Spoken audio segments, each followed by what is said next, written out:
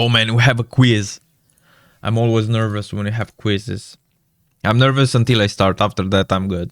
Click the View Site button on the right. Using everything you've learned from the module, drag and drop the tiles into the correct order of how a request of a website works to reveal the flag. Note, when placing a tile in the correct position, it will highlight in green.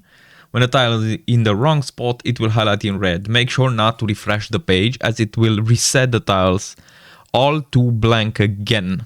All right, let's see. And we have to create a request. The correct order of how a request to a website works to reveal the flag. All right, let's see.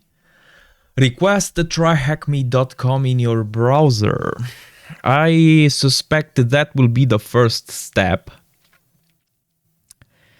Let's see what options we have in here. Request pass. All right, this is the first one. Your browser renders. Check the local cache for the IP. That's the second one. Check your recursive domain name system server for the address. Query the root server to find authoritative DNS server. Not yet. Connect to the web server. Authoritative DNS. Not yet. Web servers received and get request. Request pass through a load balancer. Web application talks to the database.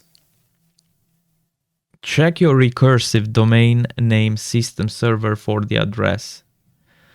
If it's not there, I think it goes to query the root server to find the authoritative domain name system server. Yes. Then the authoritative domain name system server advises the IP address for the website. Web server received the application. No request passed through not yet. Request passes through a load balancer.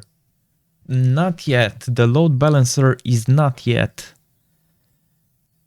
This one is the next step. Now I think the load balancer comes into play. Request passes through a firewall application is not yet. I think it's the load balancer now. Request passes through a load balancer. Not yet. Ooh, this is it. This is it. The web server receives the... No? Then it has to be the application firewall. So after the authoritative domain name server advises the IP address for the website, the request passes through a web application firewall, then the load balancer. Then it goes... Web server receives the request.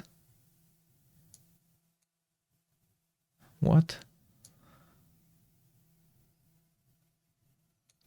Okay, and now it's received. Now talks with the database and then it's rendered.